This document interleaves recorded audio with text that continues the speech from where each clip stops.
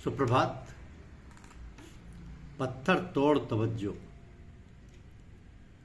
पत्थर तोड़ तवज्जो। लगभग 93-94 वर्ष की आयु में परम संत खलीफा जी साहब मौलाना हाजी शाह अहमद अली खां साहब कद्दूस सुरू हज को पधारे। जब वह पहुंचे तो जहाज से उतरने के बाद सूखे रास्ते में एक पहाड़ी थी।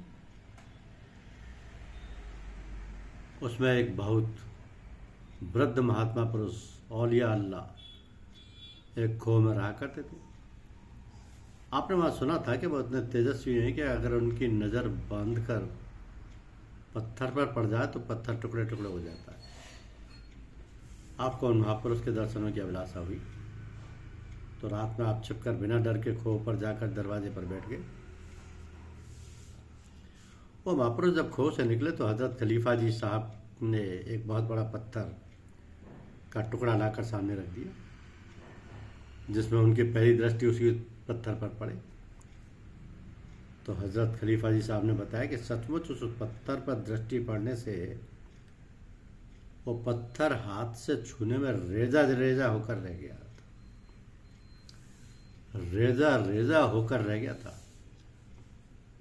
तो हजरत खलीफा जी साहब ने हाथ बांध कर निवेदन किया कि हजरत, ये सेवक इतनी दूर से हिंदुस्तान से आया है, ये पत्थर तोड़ तवज्जो की आवश्यकता नहीं समझता ऐसे, और सारे भगवत भक्तों को हृदय तोड़ तवज्जो चाहिए।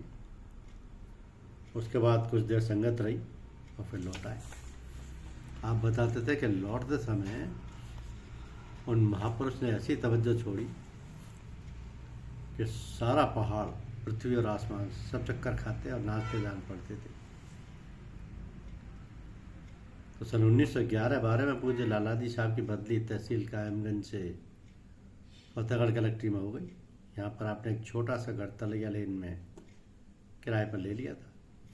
आप यहीं बहुत गुप्त रूप से थोड़े से लोगों को अपने सत्संग में बैठा लिया करते थे। धीरे धीरे सत्संग बढ़ता गया।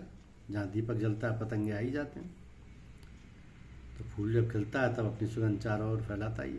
भौरे आदि आकर उस पर बैठते रहते हैं। गृहस्थी में रहकर सरकारी नौकरी करते हुए आध्यात्मिक शिक्षा का सिलसिला बराबर चलाते रहे।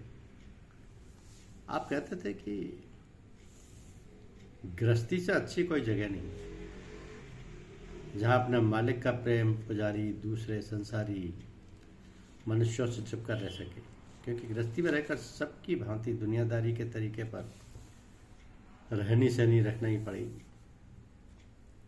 तो सबकी भांति सुख दुख उठाना ही पड़ेगा और दूसरे लोग उनको परेशान नहीं करेंगे। धन्यवाद।